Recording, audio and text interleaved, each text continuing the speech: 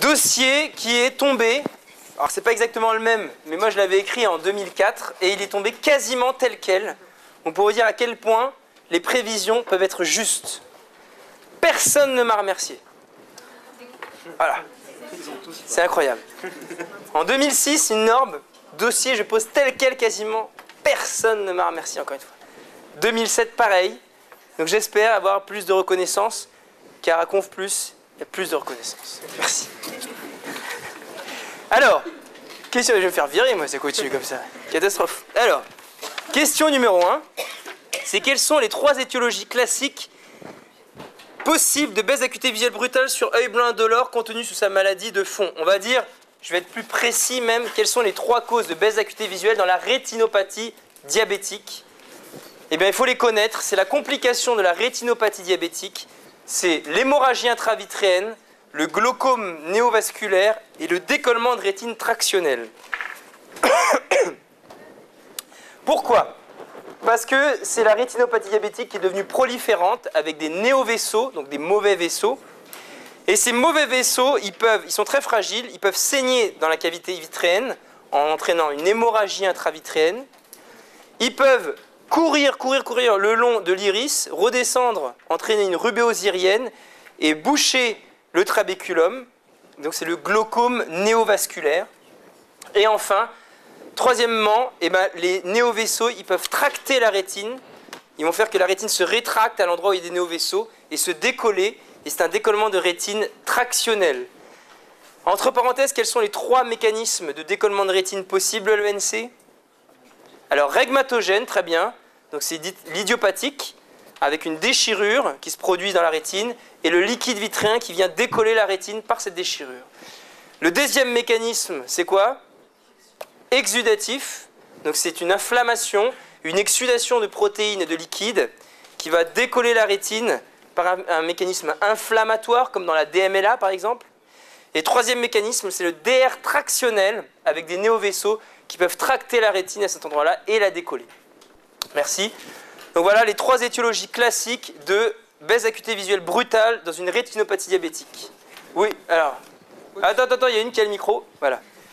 Est-ce qu'on aurait pu mettre les maculopathies diabétiques? Non, ça ne donne pas de baisse d'acuité visuelle brutale. Suivant. Pourquoi est-ce que le glaucome néovasculaire, il n'est pas œil rouge douloureux si ça bloque l'ogle iridio-cornéen?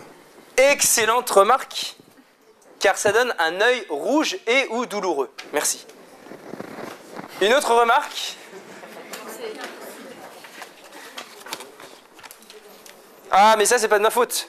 C'est les gens qui ont mal recopié. Voilà. Donc, ne tenez pas compte. Ah oui, c'est moi qui ai mal recopié. Voilà.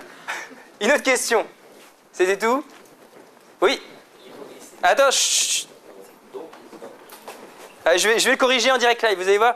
C'est ça, les merveilles de l'informatique aujourd'hui. On peut rajouter, regarde, hop, clac. Voilà. Où est le problème? Je ne comprends pas. Oui? Faudrait pas évoquer l'hypoglycémie aussi? L'hypoglycémie, non, l'hypoglycémie, c'est pas une cause de baisse d'acuité visuelle brutale classique. Tu peux la mettre, mais tu n'auras pas les points. Voilà. Il faut rester classique. Moi, ce que je veux, c'est avoir des points. Question numéro 2. Votre examen ophtalmo retrouve ça. Alors, quel est votre diagnostic pour l'œil gauche? On va voir ensemble la classification, c'est très, très, très important. L'œil gauche, on voit quoi, l'œil gauche? Eh ben, on voit que c'est impossible. Alors, on va demander à qui? Ah, à toi, là. Tu veux pas. Alors, vas-y. Tiens. Oui, je voyais que tu voulais pas. Alors, vas-y, dis-moi. La question, là, quel est votre diagnostic pour l'œil gauche? Je voudrais que tu me dises. C'était une hémorragie intravitréenne. Hémorragie intravitréenne, très bien. Voilà, sur rétinopathie diabétique. Sur rétinopathie diabétique, très bien. Proliférative. Proliférante. De très bien. l'œil gauche. De l'œil gauche, quasiment tous les mots-clés. Donc c'est ça. La leçon à retenir, tu t'appelles comment? Déborah. Déborah. Il faut retenir une leçon de Déborah. Déjà, il faut avoir peur d'elle parce qu'elle a l'air d'avoir un bon niveau. C'est que même quand on connaît la réponse, ça ne suffit pas. Il faut bien rédiger pour avoir le maximum de points. C'est un jeu, le NC. Alors l'hémorragie intravitréenne, beaucoup de gens vont le savoir, mais ça ne suffit pas pour être le mieux classé. Il faut être le plus complet dans ce diagnostic, dans ces mots-clés, pour faire le plein de points. En effet, Déborah, c'était très bien.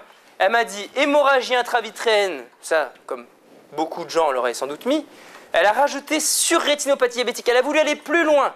Elle a voulu aller plus loin pour avoir plus de points parce qu'elle savait que c'était coté. Elle a dit proliférante, très bien. Ah, elle a juste oublié compliqué. Parce que dans les proliférantes, il y a les non compliqués et les compliqués, mais ça, on va le voir après. Et elle a précisé le côté de l'œil, ça m'a fait énormément plaisir. Donc merci Déborah, ta réponse était quasi complète, c'est très bien, tu es sur la bonne voie. Alors, en plus, un soutien psychologique. Voilà. Alors, question numéro 3. Question numéro 3, important, c'est le conférencier est votre ami. Il n'est pas là pour vous casser, il est là pour vous encourager, vous remettre sur le droit chemin. Alors, la question numéro 3, l'autre œil, qu'est-ce qu'on peut en dire? Eh bien, je vais cacher et je vais demander à la voisine de Déborah qui ne regarde pas le corrigé, c'est trop tard, elle regarde le corrigé. C'est pour ça qu'il ne faut pas que je vous donne le corrigé. Alors, dis-moi ce que tu as mis sur ta copie. Dis-le-moi bien. Tu t'appelles comment? Alexandra. Alexandra. Donc j'ai mis que c'était une rétinopathie diabétique proliférative de l'œil droit. Très bien. Et qu'il y avait en plus une maculopathie diabétique. Ouh, avec mademoiselle s'amuse, elle va vraiment aller plus loin. Elle veut vraiment tous les points, vous avez vu. Attention Alexandra. Avec un œdème cystoïde. Cystoïde, très bien. Eh bien écoutez, c'est quasiment bien, mais là encore, ce n'est pas encore totalement complet, mais il y a déjà l'envie de jouer. Ah, déjà, il y a l'envie de... Et ça, c'est le plus important, c'est l'envie.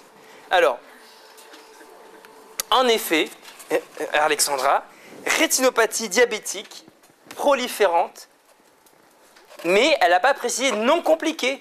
Eh oui, c'est ça qui fait la différence après. D'accord? Donc non compliqué, il faut aller le plus loin possible. Et après, elle a continué, dit oui, mais en plus, il y a une maculopathie. Et là, très juste, maculopathie diabétique œdémateuse avec un œdème maculaire cystoïde de l'œil droit. Tous les mots comptent. Ça, c'est que du mot-clé. C'est 100% concentré. On va voir ensemble la classification, là, parce qu'il y en a qui sont à l'ouest, c'est normal. Alors maintenant, résume en quelques mots la physiopathe de la rétinopathie diabétique. C'est très très chiant comme question, et pourtant, c'est au programme. Et il faut savoir que tout est simplifiable. Je voudrais dire que cette question peut être résumée en un seul mot. C'est microangiopathie. Est-ce que c'est bien retenu dans vos têtes? Microangiopathie. C'est quoi? C'est une maladie des microvaisseaux, des capillaires rétiniens, comme dans la néphropathie diabétique, une microangiopathie. Et qu'est-ce qui se passe au niveau de ces capillaires rétiniens? On a une maladie de la paroi de ces capillaires, qui est anormale. Et qu'est-ce que ça va provoquer, cette maladie, cette modification des parois? Eh bien, on aura deux phénomènes concomitants. Le premier phénomène, c'est un phénomène d'ischémie. Par certains endroits, ces parois vont s'occlure et entraîner une hypoperfusion. On aura donc de l'ischémie qui se manifestera par des nodules cotonneux. D'accord? Et ensuite, cette ischémie va entraîner la fabrication de VEGF, c'est des facteurs de croissance de néovaisseaux. Et donc, on aura l'apparition de néovaisseaux. Et là, on passera en rétinopathie diabétique proliférante. D'accord? Ce phénomène prédomine dans la périphérie de la rétine. Et le deuxième phénomène, c'est le phénomène d'œdème, parce que ces parois deviennent hyper perméables et laissent passer des exsudations, et on a un œdème qui apparaît. Et ce phénomène prédomine au pôle postérieur, à la macula, et c'est pour ça qu'on a plus facilement des œdèmes maculaires. D'accord? Est-ce que c'est bien compris? 3 mots. Alors vas-y, dis-moi les 3 mots. Alors vite, le micro.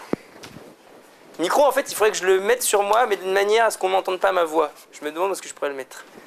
Alors. Ah ben non, mais les 3 mots là que je viens de dire. Microangiopathie, ischémie, terminé. œdème, merci. Voilà. Question numéro 5. Quels examens complémentaires ophtalmologiques et généraux demandez-vous et qu'en attendez-vous? Vous avez vu que c'est un dossier qui est très transversal, parce que ça part de l'ophtalmo et après, on va dans des contrées lointaines de diabéto, etc. Alors, au niveau ophtalmo, l'examen phare complémentaire à demander en cas de rétinopathie diabétique proliférante, c'est une angiographie à la fluorescéine de l'œil droit qui permettra de faire le bilan des lésions à la recherche d'une rétinopathie diabétique on va chercher les néovaisseaux rétiniens qui se manifesteront par des hyperfluorescences. On cherchera des zones d'ischémie et des zones d'œdème, notamment œdème maculaire cystoïde. Mais pour l'œil gauche, on a une hémorragie intravitréenne, ça veut dire qu'on ne verra rien. Donc même si vous faites une angiographie, on ne verra rien. Donc dans ce cas-là, plutôt, qu'est-ce qu'on fait? On fait une échographie mode B, c'est l'échographie anatomique, pour voir les structures anatomiques, et rechercher un décollement de rétine qui aurait provoqué une hémorragie intravitréenne. Si on a un décollement de rétine, c'est une indication opératoire. Et généraux, donc je vous ai dit, hein, quand on vous présente la question en deux parties, il faut y répondre en deux parties. On respecte le plan qui a été suggéré par la question. Donc généraux, on demandera, bah là ça vous connaissez, c'est le bilan d'un diabète, glycémie à jeun veineuse, HbA1c, bilan des facteurs de risque cardiovasculaire et bilan des complications du diabète, rein, cœur, vaisseau, que je n'ai pas détaillé ici car vous avez certainement une excellente conférencière d'endocrino. C'est le cas? Si, c'est le cas. Quel traitement allez-vous donc démarrer? Eh bien, oui. L'angiographie à l'indomycine, parce que... À l'indocyanine. L'indocyanine. C'est dans la DMLA. On la fait pas. Terminé. Quel traitement allez-vous démarrer? Traitement médical d'abord, qui est l'équilibre du diabète, de la glycémie et de la tension artérielle. Pas trop rapide, car ça peut faire flamber une rétinopathie diabétique. Deuxièmement, c'est le traitement laser. Donc traitement par photocoagulation au laser argon.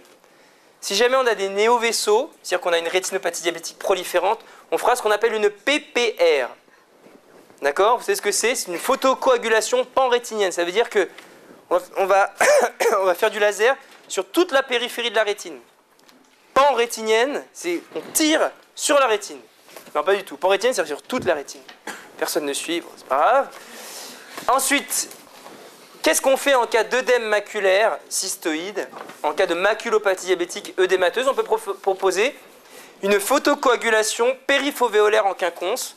C'est des impacts très légers, modérés, autour de la macula pour faire diminuer les phénomènes d'exsudation. D'accord? Voilà les deux types de lasers qu'on peut proposer dans le diabète. Et enfin, le troisième volet, c'est le traitement chirurgical par vitrectomie, c'est-à-dire qu'on va enlever les vitrées pour enlever le sang de l'œil gauche qui a une hémorragie intravitréenne en cas de persistance de l'hémorragie intravitréenne. Ça, c'est vraiment à la limite de votre programme. Oui, une question, vite micro. Sans micro, tu ne peux pas parler. Allez. Merci. Est-ce qu'on ne traite pas la cataracte déjà pour la patiente et aussi pour notre laser? Eh bien, ça dépend. C'est une excellente question. On traite la cataracte si elle nous empêche de pouvoir examiner la rétine et si elle nous empêche de pouvoir traiter le patient. Sinon, et qu'il n'y a pas besoin, on ne traite pas. Mais là, en l'occurrence, on ne le précisait pas. Alors, le diabète,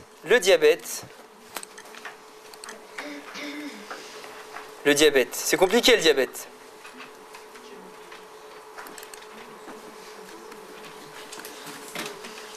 Voilà. Alors il faut savoir que le diabète, on va éteindre 2 secondes. Ça c'est la maquette hein, de l'intermémo. Vous voyez, la présentation est ludique, claire, limpide, comme la conférence. Alors, il y a 2 classifications dans la rétinopathie diabétique. Il y a la rétinopathie diabétique à proprement dit. C'est est-ce que c'est proliférant ou pas? Est-ce qu'il y a des néovaisseaux ou pas? D'accord? Et la deuxième classification, c'est comment est la macula? Est-ce qu'elle est plutôt ischémique ou est-ce qu'elle est plutôt œdémateuse? Donc il faudra toujours préciser les 2 classifications. Là, c'est est-ce qu'il y a ou non prolifération de néovaisseaux? Pas de rétinopathie diabétique non proliférante. Voilà, vous avez des microanévrismes, des nodules cotonneux, des hémorragies, des amires, des anomalies microvasculaires intrarétiniennes. Et à partir du moment où on a des néovaisseaux, on appelle ça rétinopathie diabétique proliférante. Soit c'est non compliqué, c'est qu'il y a juste des néovaisseaux, ou soit c'est compliqué, et dans ce cas-là, nous avons les 3 items que nous avions vus au début, hémorragie intravitréenne, glaucome néovasculaire et décollement de rétine tractionnelle. D'accord? Donc pensez bien, Alexandra et Déborah, à préciser si c'est non compliqué ou compliqué. Et la maculopathie diabétique, eh ben, il peut y avoir un œdème maculaire diffus, donc notamment cystoïde qui vient du grec cystos, non j'en sais rien en fait, mais bon, ça veut dire étoile. Ce qui est bien, c'est que vous pouvez me croire, j'ai n'importe quoi, vous pouvez me croire, c'est ce qui est bien. Et œdème maculaire focal, exsudat maculaire focaux. Et enfin, le dernier, plus rare, c'est ischémique. Je vous ai dit, l'ischémie, en général, ça prédomine plutôt à la périphérie de la rétine plutôt qu'à la macula, mais c'est possible. Alors, est-ce que vous voulez plus de photos? Ouais. Ah, incroyable, merci, merci. Oh, j'adore ça, j'adore ça. Alors, hop, hop, et voilà. Alors, voilà, ici, c'est ça, c'est des exsudats, d'accord? Ça, c'est des exsudats, on a des micronévrismes, on a des hémorragies. Ça, c'est typiquement une rétinopathie diabétique non proliférante avec une maculopathie œdémateuse. Difficile de dire si elle est focale ou cystoïde, il faudrait voir l'angiographie. Voilà, alors là, par contre, c'est beaucoup plus grave. On a une hémorragie rétrohyaloïdienne qui va bientôt se transformer en hémorragie intravitréenne. On a des groupes de néovaisseaux, ici, des pelotons vasculaires péripapillaires et des impacts de laser. Là, on a une rétinopathie diabétique proliférante, bientôt compliquée. Voilà, c'est une angiographie non injectée. D'accord, vous voyez des hémorragies, et on voit des pelotons vasculaires aussi qui ressemblent à des néovaisseaux. On injecte, cliché précoce, on voit des zones d'ischémie, donc c'est gris foncé, là c'est gris clair, et là une hyperfluorescence précoce qui va, en termes de surface, augmenter, ce qu'on appelle un phénomène de diffusion, signe de néovaisseau, et là encore plus en cliché tardif. Ce sont des néovaisseaux rétiniens, d'accord? Donc rétinopathie diabétique proliférante non compliquée. Une hémorragie intravitréenne, ça ressemble à ça, c'est-à-dire rien, on voit rien, on voit rien, d'accord? Hémorragie intravitréenne. Bon, c'est rare d'entendre un prof dire ça, mais bon. Alors, voilà, et rétinopathie diabétique, et on a une rubéose irienne avec des néovaisseaux sur l'iris, et même là, si on arrive, on y croit avec les yeux de la foi, un néovaisseau qui est dans l'angle, mais bon, faut y croire. Bah, moi, j'y crois pas, mais bon. Voilà. Et la photocoagulation panrétinienne, si on crible de balles, la rétine périphérique, on conserve quand même la macula, le pôle postérieur. Ok? Est-ce que c'est clair? La rétinopathie diabétique, si ça tombe, est-ce que ce sera limpide? C'est déjà tombé, mais ça va retomber, je peux te dire. Ça va retomber parce qu'il y a plein de manières de décliner le diabète, et le diabète est extrêmement transversal.